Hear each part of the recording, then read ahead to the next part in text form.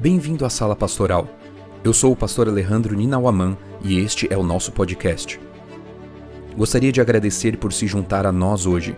O meu sonho é que sejamos uma igreja organizada para amar e servir, e espero que esta mensagem o inspire e motive a dar o próximo passo em sua jornada com Cristo. Esta é uma série de 21 episódios, onde leremos juntos o livro Primeiro o Reino, de Josanã Alves. Capítulo 3. Como versus quanto. Deve-se fazer com que todo interesse terreno se subordine à grande obra da redenção. Ellen G. White. Não é tolo aquele que dá o que não pode manter, para ganhar o que não pode perder. Jim Elliot, missionário e mártir. Já descobrimos algumas verdades nos 2 primeiros capítulos. Elas nos ajudarão a colocar mais um tijolo na construção do nosso conhecimento de como ter uma vida cristã vitoriosa. Descobrimos que o grande interesse de Deus não é me fazer parecer um cristão, e sim tornar-me um cristão de fato e de verdade. Também aprendemos que sem Cristo não conseguimos ter um cristianismo genuíno. Agora estamos prontos para pensar no ponto seguinte da história da viúva. Se Jesus olhava o como e não o quanto, isso quer dizer que o interesse de Deus não é no que eu tenho, e sim no que eu faço com o que eu tenho. Se o interesse de Deus fosse apenas no que temos, a história da viúva provavelmente não estaria registrada na Bíblia, pois sua oferta era insignificante em valores monetários. A história dela nos mostra que o que realmente chamou a atenção de Cristo foi o que ela fez com o que tinha. Essa é uma descoberta extraordinária, neste mundo em que somos medidos, avaliados e valorizados pelo que temos. Deus nos apresenta uma história em que alguém foi valorizado e percebido não pelo que possuía, e sim pelo seu modo de agir com o que possuía. Esse é um dos pontos centrais da história. O importante não era quanto a viúva possuía, mas como usava o que possuía. O olhar de Jesus estava sobre a atitude e não sobre o valor monetário que a oferta representava. Sendo assim, precisamos entender que, na perspectiva do céu, todos temos alguma coisa significativa que pode fazer uma enorme diferença no reino de Deus. A pergunta a ser respondida hoje é: o que estamos fazendo com o que temos? Diante da história da viúva, você não pode responder: tenho pouco, não vai fazer diferença, minha entrega não vai mudar nada. Em um aspecto bem prático, precisamos entender que o interesse de Deus não é saber qual é a marca do nosso carro. O interesse dele é saber a quem damos carona. Ele nunca irá perguntar quanto gastamos por mês com as compras do supermercado, e sim com quem dividimos a comida. Ele nunca irá perguntar quantos metros quadrados tem nossa casa, e sim a quem hospedamos. Isso precisa ficar bem claro em nossa mente. Não é o que tenho que importa, e sim o que faço com o que tenho. Lembra-se da história da rainha Esther? Em certo momento da história, o povo de Deus estava prestes a ser destruído. Um decreto havia determinado o completo extermínio do povo judeu. Mordecai, pai adotivo de Esther, ao ler o decreto, resolveu pedir que a rainha agisse em favor do seu povo e de seu Deus. Em resposta ao pedido dele, Esther respondeu que não seria possível ajudar, pois para fazê-lo, ela teria que ir falar com o rei mesmo sem ser convidada por ele, e essa atitude naquele reino poderia levá-la à morte. Mordecai decidiu tentar novamente usando um forte argumento. Quem sabe se não foi para conjuntura como esta que você foi elevada à condição de rainha? Esther 4:14. Você entende em que consiste o argumento de Mordecai? O argumento era o seguinte: Esther, não pense que Deus lhe deu o reino apenas para que você tenha roupas de rainha, status de rainha ou penteado de rainha. Deus lhe deu tudo isso para que pudesse ser usado na causa dele, onde e quando fosse necessário.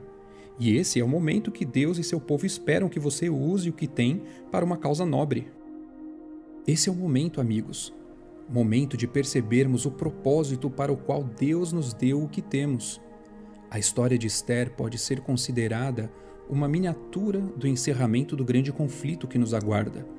Decreto, perseguição, união dos poderes terrestres e, principalmente, um grande livramento estão presentes na história dela e na história do desfecho da luta entre o bem e o mal.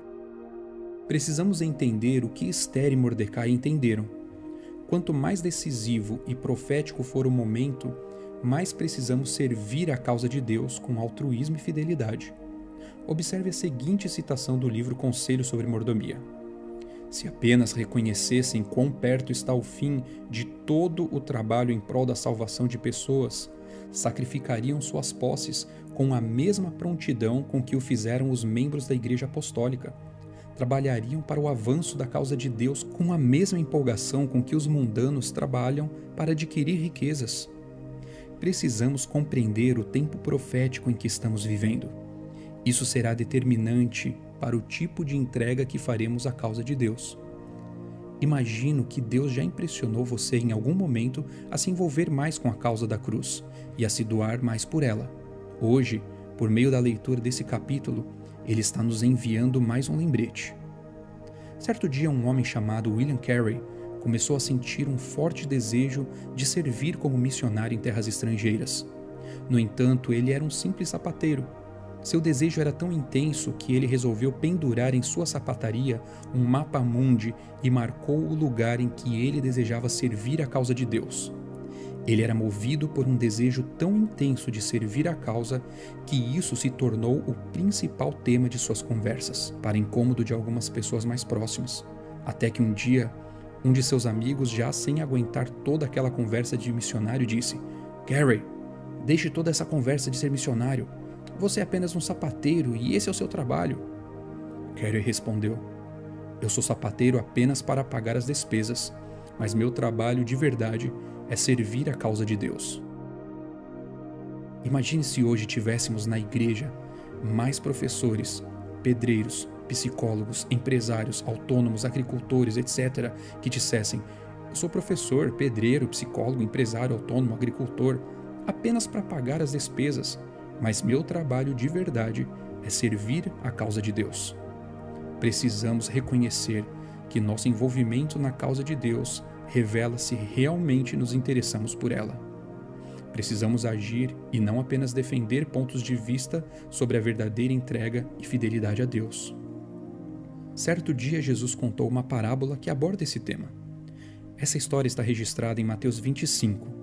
Para a compreensão dessa parábola, é importante lembrar que o contexto do capítulo é o sermão profético de Cristo.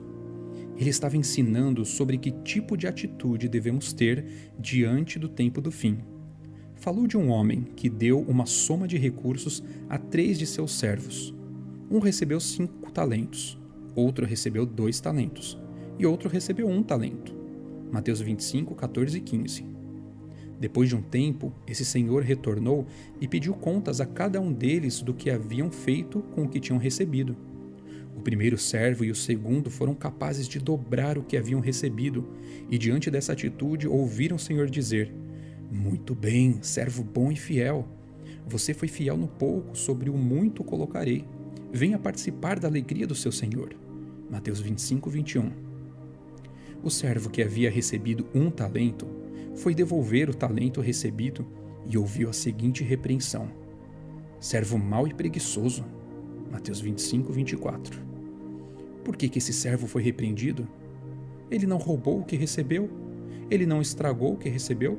Ele devolveu o que recebeu da mesma forma que havia recebido? A grande questão é: ele decidiu não fazer nada com o que havia recebido. Esse é o perigo que corremos no tempo do fim: decidir não fazer nada com o que temos. Podemos agir assim por diversos motivos: negligência, falta de tempo, achar que o que temos não fará diferença. Mas precisamos entender que qualquer uma dessas atitudes provocará a mesma reação em nosso Senhor. Seremos chamados de servos maus e preguiçosos. Precisamos usar com fidelidade o que temos para a causa de Deus, e receberemos a garantia de que a fidelidade no pouco leva à capacidade de gerir o muito que Deus tem preparado para nós na eternidade. Certo dia, em Bombay, uma importante cidade da China, houve uma conferência sobre a fome. Centenas de pessoas de todo o mundo foram para lá a fim de discutir como, em 15 anos, o mundo poderia produzir comida suficiente para todos os habitantes do planeta. Entre as pessoas convidadas a palestrar estava Madre Teresa de Calcutá.